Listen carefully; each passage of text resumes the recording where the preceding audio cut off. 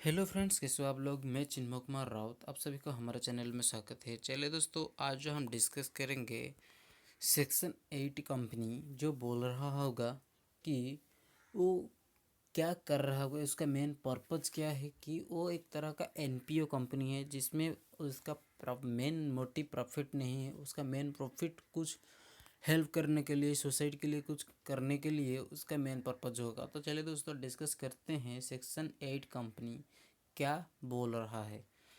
First, उसका main जो motive है कि, और उसका मेन ऑब्जेक्टिव जो होता है कि वो नॉन प्रॉफिट मेकिंग ऑर्गेनाइजेशन है जिसमें वो प्रॉफिट नहीं कर रहा होगा, और जो उसका अमाउंट आया होगा उसी को एक तरह का चैरिटेबल के लिए वो स्पेंड कर रहा होगा।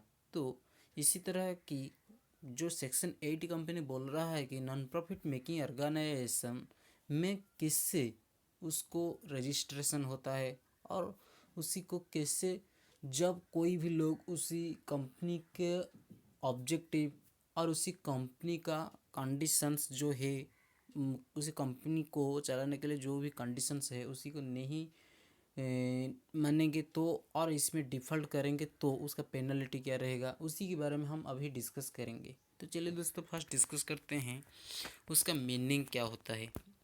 जो इसमें उसका मीनिंग में लिखा है कि company which are formed not for earning profit.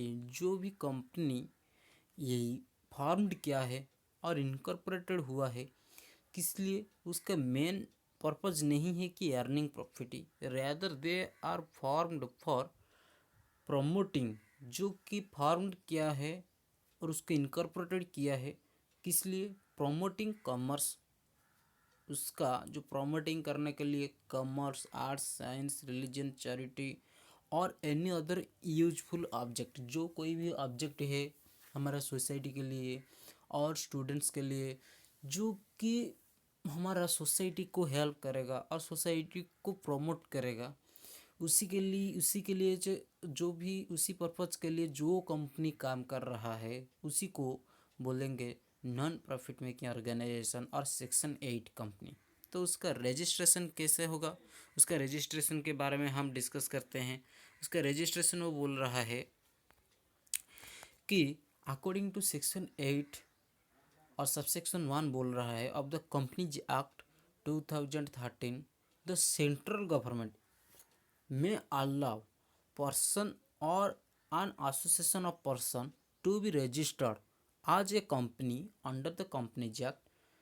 जो कि बोल रहा है कि जो हमारा सेंट्रल गवर्नमेंट है वो अप्रूवल देंगे और वो अलाउ करेंगे कि एक पर्सन और एसोसिएशन ऑफ पर्सन जिसको कंपनी बोलते हैं उसी को रजिस्टर्ड करना होगा कंपनीज अंडर।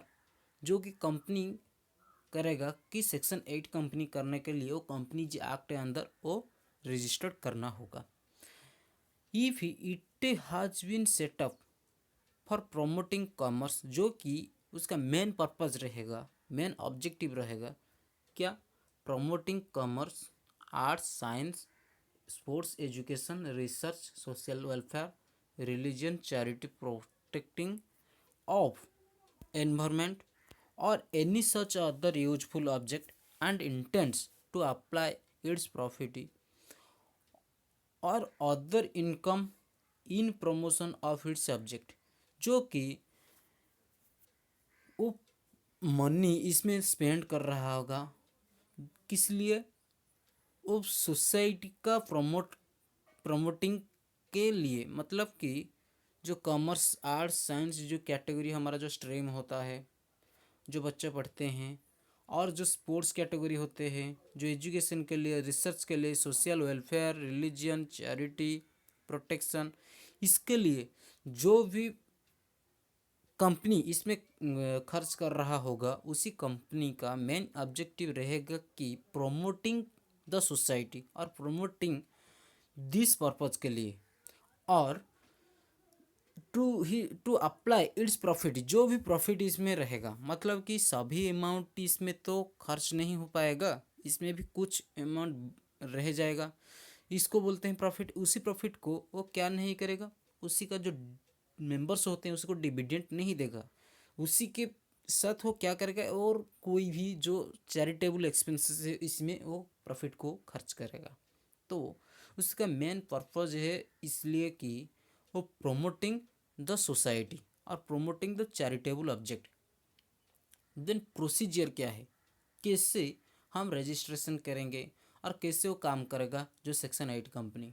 फर्स्ट जो बोल रहा है an association of a person intending to carry any or all or some of the activities mentioned in section 8, जो भी एक्टिविटीज और जो भी ऑब्जेक्ट हमारा सेक्शन 8 कंपनी के अंदर मेंशन है, आज मेंशन एबव जो कि हम डिस्कस कर रहे हैं सेक्शन 8(1) में जो हम डिस्कस कर रहे थे, इसमें जो भी एक्टिविटीज मेंशन है has to apply to the central government seeking its permission. मतलब कि सेंट्रल गवर्नमेंट को सेटिस्फाई करना होगा कि तुम जिसके लिए इसी कंपनी को फॉर्मेशन करना चाहते हो वो तुम्हारा मेन मस्तक रहेगा कि तुम कैसे प्रमोटिंग करोगे सोसाइटी के लिए और चैरिटेबल ऑब्जेक्ट को। तो सेंट्रल गवर्नमेंट जब उसी को सेटिस्फाई होगा तब परमिशन देगा for being set up as a company under the act. इसी एक्ट के अंदर कंपनी फॉर्मेशन के लिए सेंट्रल गवर्नमेंट परमिशन देगा। देन क्या होगा, the central government it satisfy on the above may by the issue of a licence, जो कि सेंट्रल गवर्नमेंट लाइसेंस प्रोवाइड करेगा, जो मैं बोल रहा था परमिशन इन सच मैनर आज में B prescribed and on such conditions आज इट में डीम फिट। जो कि बोल रहा है कि उसका प्रोसीजर ये है कि फर्स्ट हम अप्लाई करेंगे सेंट्रल गवर्नमेंट को कि हमको परमिशन देंगे कि इसी कंपनी को फॉर्मेशन करने के लिए। तो सेंट्रल गवर्नमेंट फर्स्ट देखेगा कि हम उसी पर्पज़ के लिए काम कर रहे हैं कि नहीं, हमारा पर्पज़ क्या है, हमारा ऑब्जेक्ट क्या है, वो फर्स्ट इंक्वायरी करेगा। देन वो सेटिस्फाई होने से हमको लाइसेंस प्रोवाइड करेगा।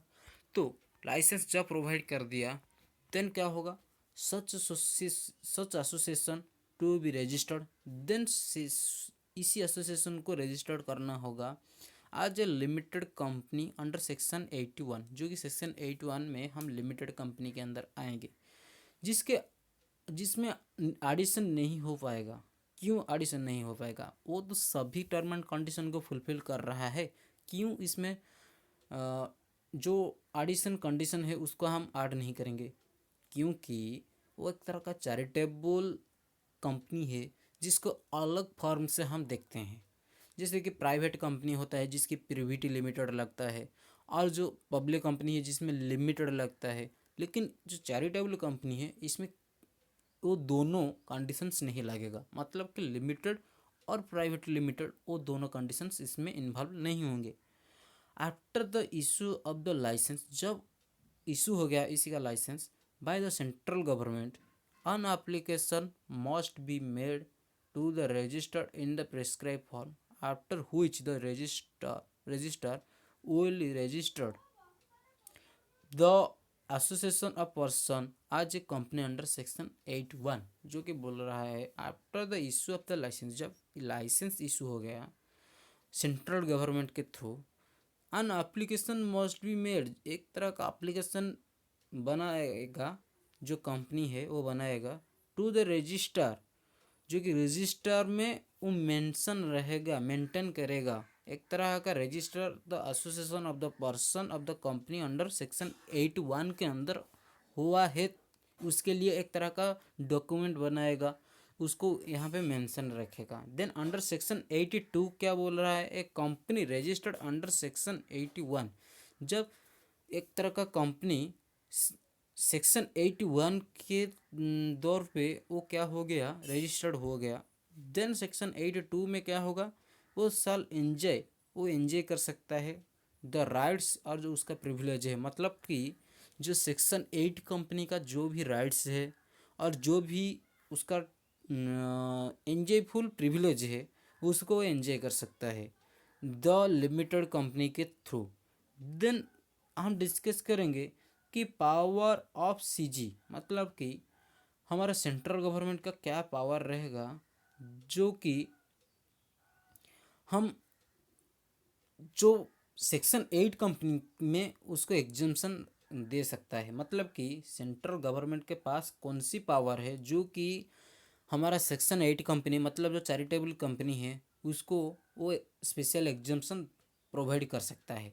जैसे कि फर्स्ट लिखा है कि सेंट्रल गवर्नमेंट में exempt the companies from requirement of conducting annual general meeting. जो एनुअल जनरल मीटिंग है मतलब कि जो 1 साल में एक बार होता है, जो एनुअल जनरल मीटिंग जिसमें हमारा स्पेशल रेजोल्यूशन और ऑर्डिनरी रेजोल्यूशन के थ्रू कोई भी डिसीजन लिया जाता है, उसी जो एनुअल जनरल मीटिंग होगा उसी को नहीं कंडक्ट कर सकते हैं कि जो पावर दिया है सीजी सेंट्रल गवर्नमेंट बोल रहा है कि तुम चाहो तो उसी को कंडक्ट नहीं कर सकते, उसको एग्जम्प्ट कर सकते हो। देन नेक्स्ट जो बोल रहा है कि सर्च कंपनी ऑल्सो एक्सक्लूडेड, जो कि हम पहले डिस्कस किया था कि वो प्राइवेट लिमिटेड कंपनी और लिमिटेड इसी को एक्सक्लूड कर सकता है, उसको यहाँ पे नहीं लगाएगा। सच सच Such an exclusive is permitted only when it is authorized by CG। जो कि अथराइज्ड हुआ है सेंट्रल गवर्नमेंट के थ्रू, उसी के साथ वो पावर उसी के पास है कि वो एडिशन नहीं कर सकता प्राइवेट लिमिटेड और लिमिटेड टू देयर नेम, उसी के नेम से। देन सेंट्रल गवर्नमेंट के पास तो वो पावर है कि एक तरह का कंपनी को क्या कर सकता है अंडर सेक्शन 8 कंपनी, मतलब कि जो कंपनी एक्ट में सेक्शन 8 कंपनी बना सकता है और उसी को भी रिवोक कर सकता है, जो हमारा सेंट्रल गवर्नमेंट के पास वो पावर है। तो इसमें लिखा है कि रिवोकेशन ऑफ लाइसेंस, जब कब उसी का लाइसेंस को रद्द कर दिया जाएगा और उसी लाइसेंस को कब डिफॉल्ट कर दिया जाएगा।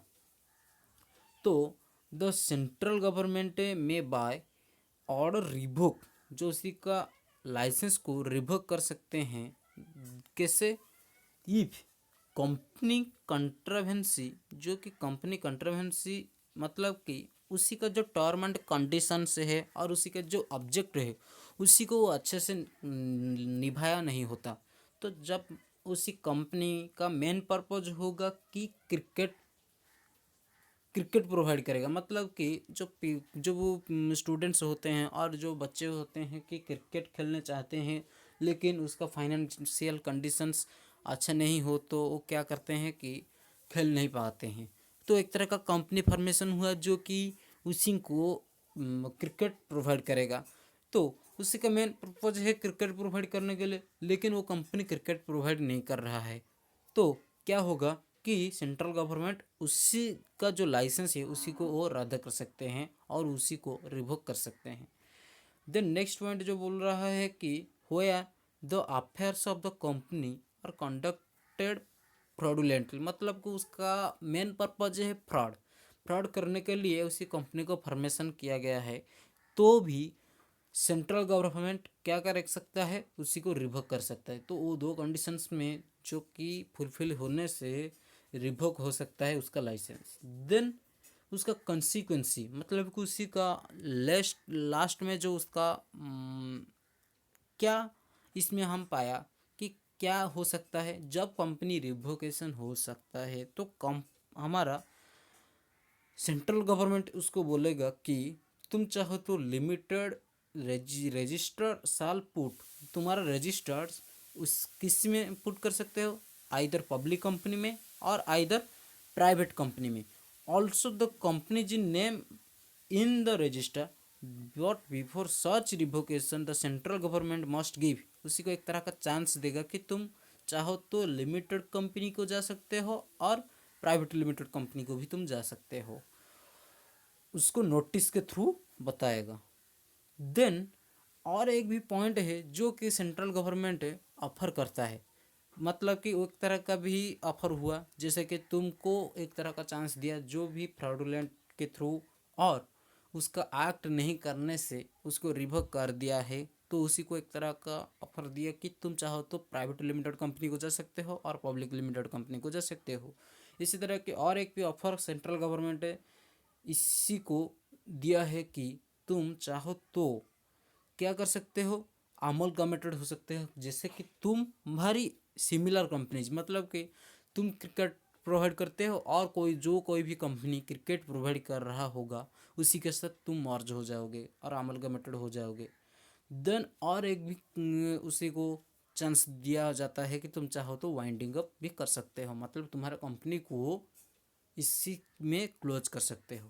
तो जब हम डिस्कस कर रहे थे वो 7 पॉइंट से 7 पॉइंट्स के बाद हमको समझ आ रहा है कि सेक्शन 8 कंपनी का कैसे रजिस्टर किया जाता है, उसका प्रोसीजर क्या है और उसी को कैसे हम रिवोक कर सकते हैं। तो अभी जो हम डिस्कस करेंगे उसी का पेनल्टी के बारे में, कैसे जब वो रिवोक करेगा कि उसका एक्ट उसको अच्छे से नहीं निभाएगा तो क्या हो सकता है, उसको पेनल्टी भरना पड़ता है। तो कैसे उसी कंपनी पेनल्टी भरेगा और कितने अमाउंट फाइन देगा, तो उसके बारे में हम डिस्कस करेंगे। तो फर्स्ट लिखा है कि if A company makes any default in comply with any of the requirements laid down in section 8 के अंदर, जब सेक्शन 8 कंपनी कोई भी सेक्शन 8 कंपनी डिफ़ॉल्ट करता है, उसका जो मेन पर्पज है और उसी का जो मेन ऑब्जेक्टिव भी है उसी को वो अच्छे से नहीं कर रहा है, तो the company shall without prejudice to any other action under the provision of this section, तो उसी के अंदर वो कंपनी क्या हो सकता है, be punishable with fine which shall not be less than 10 lakh. वो कंपनी पनिशेबल हो सकता है 10 लाख से कम नहीं होगा, 10 लाख से ज़्यादा होगा और 1 करोड़ के पास, मतलब कि 10 करोड़ से 10 लाख से 1 करोड़ तक के अंदर अंदर जितने भी उसका पनिशेबल होगा उतने ही फाइन वो पेमेंट करेगा। और एक भी पॉइंट है जिसमें कि डायरेक्टर्स और उसका ऑफिसर आएंगे कि जो कोई भी ऑफिसर इसमें डिफ़ॉल्ट कर रहे होंगे तो वो भी ऑफिसर क्या कर सकते हैं, वो 3 साल के लिए जेल जा सकते हैं। और उसी का भी पेनल्टी है, फाइन है कि वो 25,000 रुपीज़ से लेकर 25 लाख तक जितना भी अमाउंट इसी के अंदर वो पेनल्टी भर सकता है। वो चाहे तो भी दोनों, मतलब कि 3 साल जेल जा सकता है और फाइन भी भर सकता है। तो वो जो हम डिस्कस कर रहे थे उसका पेनल्टी के बारे में, इसी के साथ हमारा वीडियो ख़त्म हो गया है। तो इसी वीडियो में हम जो डिस्कस कर रहे थे कि चैरिटेबल कंपनी कैसे हो सकता है, चैरिटेबल कंपनी सेक्शन को जब वो डिफ़ॉल्ट कर रहा होगा और उसी का ऑब्जेक्ट को डिफ़ॉल्ट कर रहा होगा तो उसका फाइन कैसे लगेगा, पेनल्टी क्या होगा, उसी के बारे में हम डिस्कस कर रहे थे। तो थैंक यू दोस्तों for watching our video and like कीजिए, कमेंट कीजिए, सब्सक्राइब कीजिए। थैंक यू दोस्तों।